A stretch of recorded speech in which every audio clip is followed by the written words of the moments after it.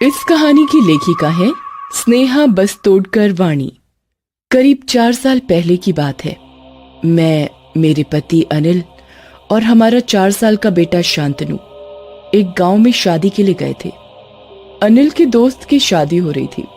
जनवरी का महीना होने के कारण मौसम बहुत ठंडा था, इसमें रात का समय। लेकिन शादी में मौजूद लोगों को ठंड की ज्यादा परवाह नहीं थी। हॉल के बाहर एक बड़ा डीजे था और सभी नाच रहे थे।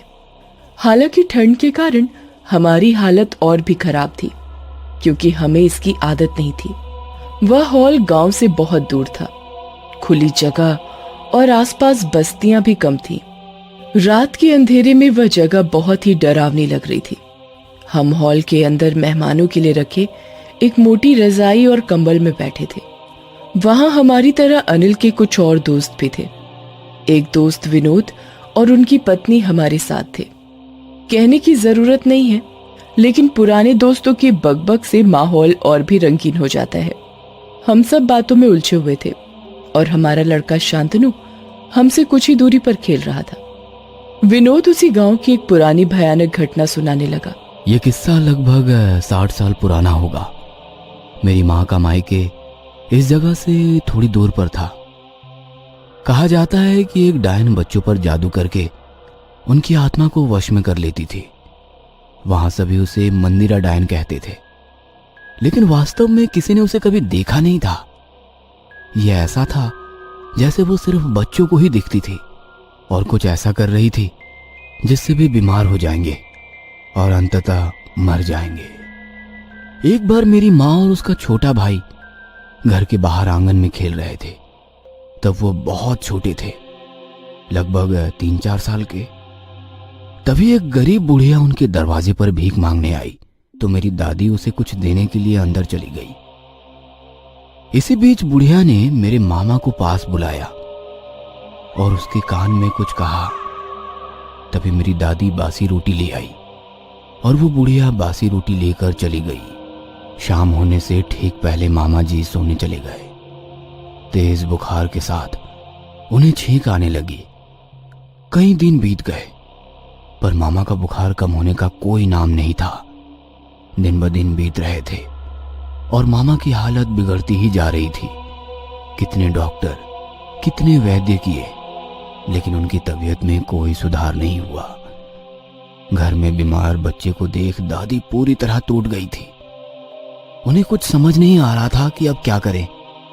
मामा पर किसी भी दवा का असर ही नहीं हो रहा था और दादी के आंसू दिन ब दिन बहते रहे। अब इन सब के बाद उन्होंने एक तांत्रिक का सहारा लिया। जब वो घर आया तो उसने मामा के माथे पर हाथ रखा और कहने लगा, उसने इस बच्चे की आत्मा को जीत लिया है, इसकी मृत्यु अटल है। तांत्रिक की बात सुनकर मेरी दादी मौके पर ही गिर पड़ी। तभी दादा ने उनसे कहा, कुछ उपाय करो बाबा, हम अपने कलेजे के टुकड़े को उस डायन को नहीं दे सकते।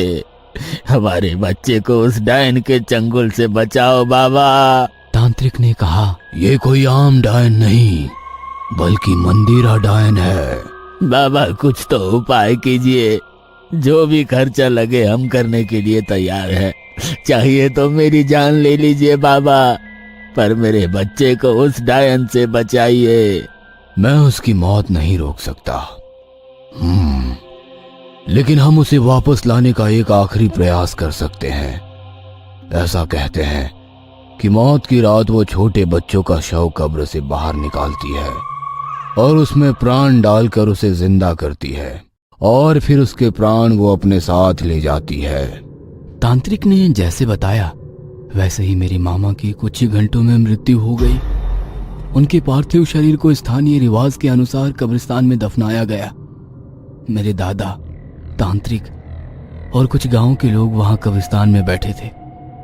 हर तरफ एक जानलेवा सन्नाटा था। जैसे ही सुबह के 3 बज रहे थे, एक परछाई को अंधेरे कोने से गुजरते हुए देखा। परछाई आगे बढ़ी और बच्चे के पास रुक गई। हाथ के नुकीले पंजे मिट्टी खोदने लगे। हवा तूफान की तरह चली